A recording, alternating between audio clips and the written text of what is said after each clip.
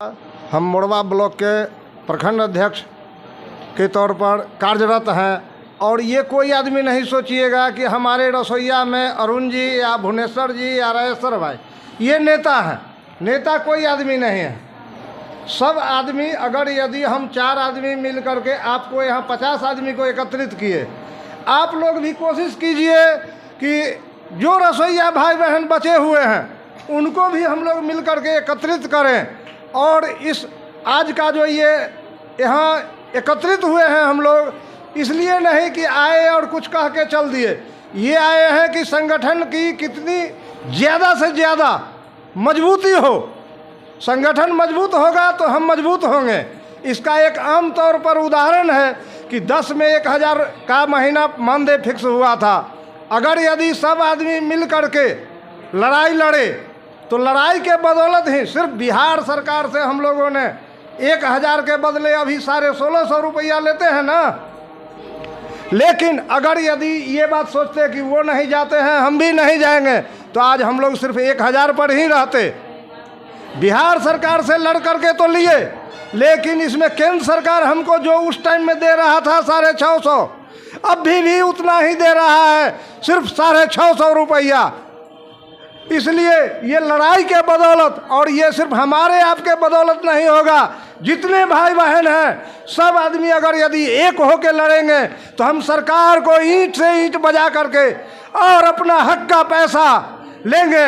क्योंकि हम नहीं कह रहे हैं, ये आपकी मांग नहीं है। सरकार ने जो मजदूरी फिक्स किया है वो मजदूरी अगर यदि दे रही है तो अभी के हिसाब में, पहले हम लोगों का नारा था कि 1500 में दम नहीं और 18,000 से कम नहीं, लेकिन अभी उस मजदूरी को बढ़ा करके कर दिया गया है 26,000। अगर यदि सरकार अपना न्यूनतम मजदूरी के हिसाब से जोड़ के भी देता है तो उसको 26,000 रुपया देना पड़ेगा।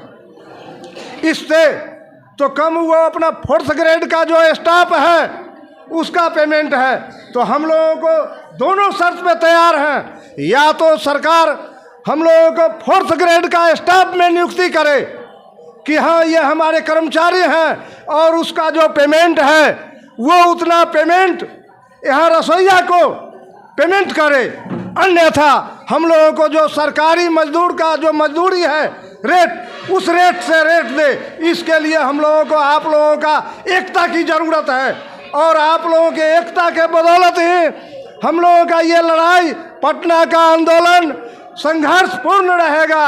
यही चेतावनी करने के लिए आज मोहद्दीनगर में हुआ है, यहाँ से चल करके पटोरी में भी करना है। हर एक ब्लॉक में ये जागृति और संगठन की मजबूती के लिए हम लोग हर एक प्रखंड में एक एक प्रदर्शन ही इसको समझिए, इसलिए एकत्रित कर करके कि हम लोग अगर यदि इतने आदमी को एकत्रित किए तो आप लोग भी मिल करके, जो आदमी नहीं जाते हैं, जो बचे हुए हैं, हो सकता है कि हम या भुवनेश्वर जी उनका नाम नहीं जानते हैं, वो विद्यालय किसी दोग में है, वो छुटा हुआ है, तो वहाँ तक आप लोग पहुँचने का काम और इनको पहुँचाने का काम कीजिए, उस रसोईया को जोड़ने का काम कीजिए। कैसे आएगी वो रसोईया, ये आप लोग भी कह सकते हैं कि भाई सब आदमी मिल करके लड़े तो आज हम 1000 से 1650 पर हैं। अगर यदि इसी ढंग से लड़ते रहेंगे, बीच में 4 साल ये लॉकडाउन और कोरोना काल के एवज में हम लोगों का प्रदर्शन पटना का स्थगित हो गया, फिर भी हम लोग अपना जिला में प्रदर्शन करते रहे। पटना में मीटिंग, आप लोगों का संगठन जिंदा रहा। जिंदा रखने का श्रेय सिर्फ यही 4 आदमी का है, जो 4 आदमी राम प्रकाश बाबू, मनोज बाबू, राजेश्वर भाई, जो कुछ जाने पहचाने मैंने 10 आदमी थे उसमें, जो अभी तक इस संगठन को बिना पैसे के बल पे संगठन को खड़ा रखे। बहुत कम प्रखंड था जहां कोरोना काल में कोई नहीं जाता था, सिर्फ प्रदर्शन में समस्तीपुर में 2-4 आदमी आ जाते थे। और ये कर करके आज आपका संगठन खड़ा है तो वो अपने बलबूते नहीं, आप लोगों के बलबूते। और हम यही कहना चाहेंगे कि संगठन जिस हिसाब से खड़ा है, इस हिसाब से आप लोग भी संगठन का सहयोग करें और सहयोग कर करके अपनी लड़ाई को आगे बढ़ावें।